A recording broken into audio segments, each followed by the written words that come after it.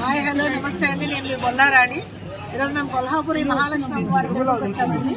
ఈ టెంపుల్ అతి పురాతనమైనది, అతి ప్రాచీనమైనది. ఈ టెంపుల్ అనేది గండకీ నది తీరంలో ప్రక్కనే ఉన్నటువంటి క్షేత్రం అండి ఇది. అట్లాగే ఈ క్షేత్రం యొక్క స్థల పురాణం ఏంటంటే, ఇక్కడ భృగు మహర్షి అనే ఆయన మహావిష్ణువు చదివితున్న సమయంలో వీళ్ళు దర్శనం కోసం వస్తారు. అప్పుడు మహావిష్ణువు దర్శనం కోపంతో భృగు మహర్షికి కోపం వచ్చి ఆయన వక్షస్థలం మీద కాలుతో తంటారు.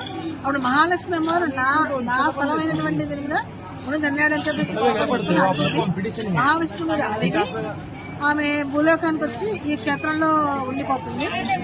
ఈ క్షేత్రంలో ఉండటం వల్ల ఈ మహాలక్ష్మి ఇక్కడే పురాణ కథ కూడా ఉందండి. ఇంకోటి ఏంటంటే, మనకి ఈ మహాశివుడు శివతాండవం చేస్తున్నప్పుడు ఆ శివతాండవం చేస్తున్న సమయంలో సచీదేవి పట్టుకొని శివతాండవం చేస్తూ ఉంటాడు. ఆ సమయంలో సచీదేవి అనేక ఖండఖండాలుగా విస్తరించి అనేక క్షేత్రాల్లో పడిపోయారు. ఆమె కళ్ళు మాత్రం ఈ క్షేత్రంలో పడ్డాయి. ఆ కళ్ళు పడ్డ చోట మహాలక్ష్మి అమ్మవారు కలిశారు. ఇది ఒక స్థల పురాణం అండి. ఇట్లా 2 రకాలుగా స్థల పురాణాలు చెప్తూ ఉంటారు. అట్లాగే మరి మనకి ఈ మహాలక్ష్మి అమ్మవారు స్థల పురాణం ఇది. ఆ తర్వాత ఈ క్షేత్రంలో ఈ క్షేత్రం అనేది కరవీర నగరం అని కూడా ప్రసిద్ధి చెందింది. ఎందుకంటే ఇక్కడ క్షేత్రాన్ని అమ్మవారు ఇక్కడ వచ్చిన తర్వాత ఆమె కరాలతో ఈ క్షేత్రాన్ని పరిరక్షిస్తూ సంరక్షిస్తూ ఇక్కడ ప్రజలు రక్షిస్తూ ఉంటారు. సో అందుకని ఈ అమ్మవారు కరవీర మహాలక్ష్మి అనే పేరు కూడా ఉంది. ఈ నగరం పేరు కూడా కరవీర నగరం కొత్తలో. తర్వాత కాలక్రమేణా కొల్హాపురిగా ప్రసిద్ధి చెంది నగరము. ఇక్కడ ఈ మహాలక్ష్మి అమ్మవారి కరవీర అంటే చేతులు 4 భుజాలు కలిగి ఉన్నారు. ఒక చేతిలోనేమో ఖడ్గము, ఒక చేతిలోనేమో డాలు, ఒక చేతిలోనేమో తీర్థము తీసుకున్నటువంటి గలము, ఒక చేతిలో పండు. ఇలా 4 చేతుల్లో 4 రకాలైనటువంటి ఆయుధాలతో ఈ అమ్మవారు మనకు దర్శనిస్తూ ఉంటారు. ఈ అమ్మవారిని చూస్తే అసలు ఎంత అద్భుతంగా ఉంటుందండి. నిజంగా ఒళ్ళు పలకరిస్తుంటుంది, గూస్ బంప్స్ కూడా వస్తూ ఉంటాయి. అంత అందంగా ఉన్నారు. ఈ అమ్మవారు 6 అడుగుల ఎత్తున్న పీఠం మీద 2 అడుగుల ఎత్తున్న పీఠం నిర్మించి దానిపైన 3 అడుగుల ఎత్తున ప్రతిష్ఠించారు. ఈ అమ్మవారు స్వయంభూ అండి.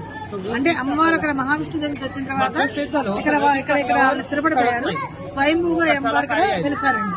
అంతే తప్ప ఇది ప్రతిష్ఠించిన విగ్రహం కాదు, స్వయంభూ. ఈ అమ్మవారి కిరీటం ఉంటుందండి. అబ్బాబా ఎంత అద్భుతంగా ఉందోనండి. అమ్మవారి కిరీటం 4 కేజీల బంగారంతో వజ్రాలు పొదికి, కిరీటం చుట్టూ వజ్రాలు పొదికి దగద్ధమాయం ప్రకాశవంతమైన తేజస్సుతో అమ్మవారు మనకి దర్శనమిస్తూ ఉంటారండి. రకరకాల వాళ్ళు వస్తూ ఉంటారు ఈ క్షేత్రానికి. అంతేకాదండి, సంవత్సరంలో 2 సార్లు, అంటే జనవరి నెలలో, నవంబర్ నెలలో, ఈ 2 సార్లు కూడా అమ్మవారికి పడమర వైపునటువంటి వారు అగ్నుడండి సూర్యకిరణాలు అమ్మవారి మొహం మీద పడి ముఖ వర్చస్సు చాలా అద్భుతంగా వెలుగుతూ ఉంటుందండి. ఈ దృశ్యం చూడటానికి మన కొల్హాపురి నగర వాసులే కాదు, మహారాష్ట్ర వాసులే కాదు, చుట్టుపక్కల అనేక ప్రాంతాల నుంచి తండోపతండాలుగా జనాలు ఈ క్షేత్రాన్ని దర్శించడానికి వస్తూ ఉంటారండి. అంత అద్భుతంగా ఉన్న ఈ అమ్మవారిని చూసి మనం కూడా తెలుద్దాం. మేము ఇవాళ చూసామండి అమ్మవారిని. మేము ఆంధ్రప్రదేశ్ లో ఏలూరు నుంచి వచ్చామండి. ఇలా రకరకాల ప్రదేశాన్ని చూసి ఫారినర్స్ కూడా ఇక్కడ విజిట్ చేస్తూ దర్శిస్తున్నారని అమ్మవారిని దర్శిస్తున్నారు. సో ఇట్లా అమ్మవారి దర్శనం అనేది ఇలా ఉంది. ఈ రకంగా ఉన్నటువంటి అమ్మవారు. ఇకపోతే ఇంకొక రకం ఏంటంటే, కాశీలో శివుడు ఉన్నాడు. కాశీలో శివుడు ఎలాగో ఆ క్షేత్రాన్ని పరిపాలిస్తున్నాడో, కాశీలో శివతాండవం చేస్తూ ఆయన శూలంతో ఆ కాశీ క్షేత్రం రక్షిస్తూ ఉంటాడు. అక్కడ ప్రజల్ని కాపాడుతూ ఉంటాడు. ఆయన అక్కడే కొలువై ఉన్నారు. ప్రతిరోజు అక్కడే ఉంటారు స్వామివారు. అలాగే మనకి ఇక్కడ మహాలక్ష్మి అమ్మవారు ఇక్కడ ఈ క్షేత్రంలో కొలువై ఉన్నారు. ఈ క్షేత్రంలోనే అమ్మవారు ప్రతిరోజు ఇక్కడే ఉంటారు. సో అందుకని అభిముక్త దేవాలయం అంటారు. కాశీని అభిముక్త దేవాలయం అంటారు. నెక్స్ట్ కొల్హాపురిని అభిముక్త దేవాలయంగా మనం చెప్పుకుంటూ ఉన్నామండి. ఈ 2 రకాలుగా. ఆ తర్వాత అగస్త్య మహర్షి కాశీలో విశ్వేశ్వరుని దగ్గరికి వెళ్ళి, మీ అంత ప్రసిద్ధమైన క్షేత్రం, ఇక్కడ శివుడు అంత ప్రసిద్ధి చెందినవాడు, మీలాగా అంత ప్రసిద్ధ క్షేత్రం ఎక్కడన్నా ఉంటే చెప్పండి అని అడుగుతారు. సో అప్పుడు ఏం చేస్తారంటే, అక్కడ కొల్హాపురిలో మహాలక్ష్మి అమ్మవారు కూడా అలాగే నాకులాగే అభిముక్త అమ్మవారు, ఆమెను దర్శించుకుంటే సకల పాపాలు తొలగుతాయి, అష్టైశ్వర్యాలు సిద్ధిస్తాయి. అమ్మవారిని దర్శిస్తే చాలు, చూసినంత మాత్రం చేత అమ్మవారి శక్తులన్నీ మనలో ప్రవహిస్తాయి. అంత అద్భుతమైనటువంటి శక్తి మహిమాన్వితమైనటువంటి క్షేత్రం అండి కొల్హాపురి క్షేత్రం. దీన్ని దర్శించుకోవాలండి. అయితే ఇది 4-5 శతాబ్దాల కాలంలో నిర్మించబడిందండి. ఆ తర్వాత కాలంలో 2వ శివాజీ, అంటే శివాజీ కొడుకు, ఛత్రపతి శివాజీ కొడుకైన 2వ శివాజీ ఈ క్షేత్రాన్ని కొంచెం ఎలాబరేట్ చేసి, అది చిన్న క్షేత్రంగా ఉండేది, చిన్న దేవాలయాన్ని పెద్దగా ఎలాబరేట్ చేసి కట్టారండి. తర్వాత 11వ శతాబ్దంలో అప్పుడు ఉన్నటువంటి కొంకణ దేశాన్ని పరిపాలించినటువంటి కన్నదేవ మహారాజు ఈ క్షేత్రాన్ని ఇంకా అభివృద్ధి చేసి పైన చూడండి శ్రీచక్రం చూడండి 4 గోపురాలు ఉన్నాయి. ఈ 4 గోపురాలని పెట్టి శ్రీచక్రం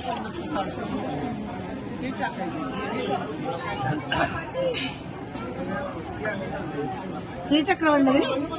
4 వైపులా శ్రీచక్రం ఉంది చూసారా? ఆ శ్రీచక్రం ఆకారంలో చూడండి కోణాలు కూడా చాలా అద్భుతంగా కనపడుతుంది. ఆ శ్రీచక్రం ఆకారంలో ఈ ఆలయాన్ని నిర్మించారండి.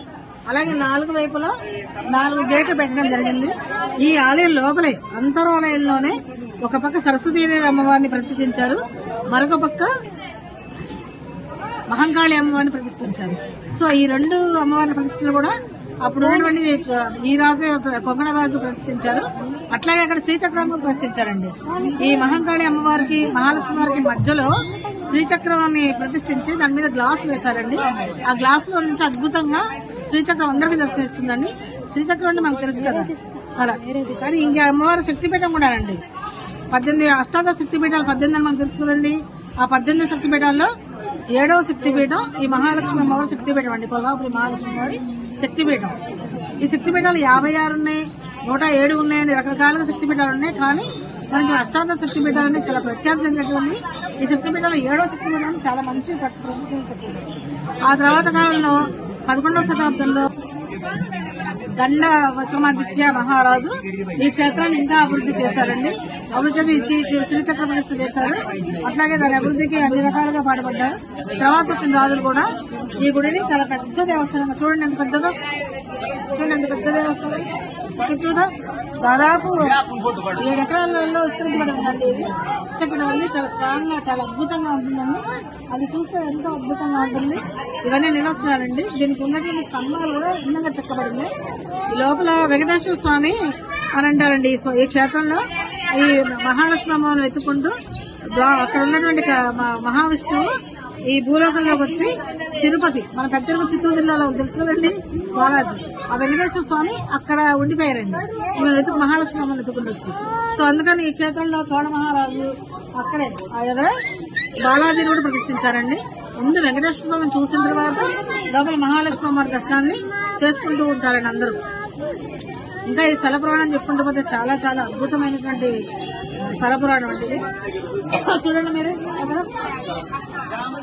చూడండి మహాలక్ష్మి వారు అక్కడ దర్శనం ఇచ్చారు మనం దేవుడు.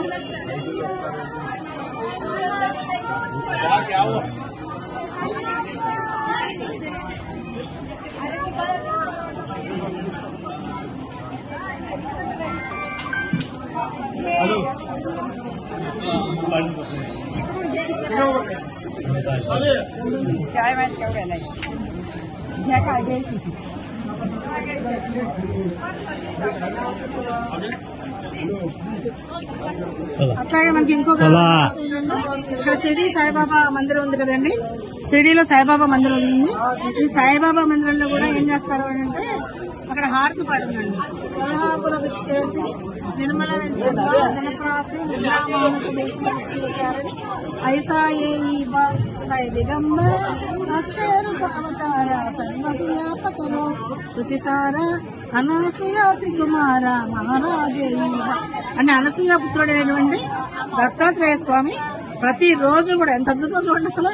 ప్రతిరోజు వచ్చి ఇక్కడే ఈ క్షేత్రంలో మధ్యాహ్నం ఏదో ఒక రూపంలో వచ్చి భిక్ష చేస్తారండి. ప్రతిరోజు ఇక్కడ స్వామివారు భిక్ష చేస్తున్నారు దత్తాస్వామి. ఇంత మహిమానందమైన క్షేత్రాన్ని మొత్తం అందరూ కూడా దర్శించుకోండి. ఓం శ్రీ మాత్రే నమః, ఓం శ్రీ మాత్రే నమః, ఓం శ్రీ మహాలక్ష్మి దేవి అమ్మ, శ్రీ మహాసరస్వతి దేవి అమ్మ, శ్రీ మహాకాళికా దేవి అమ్మ.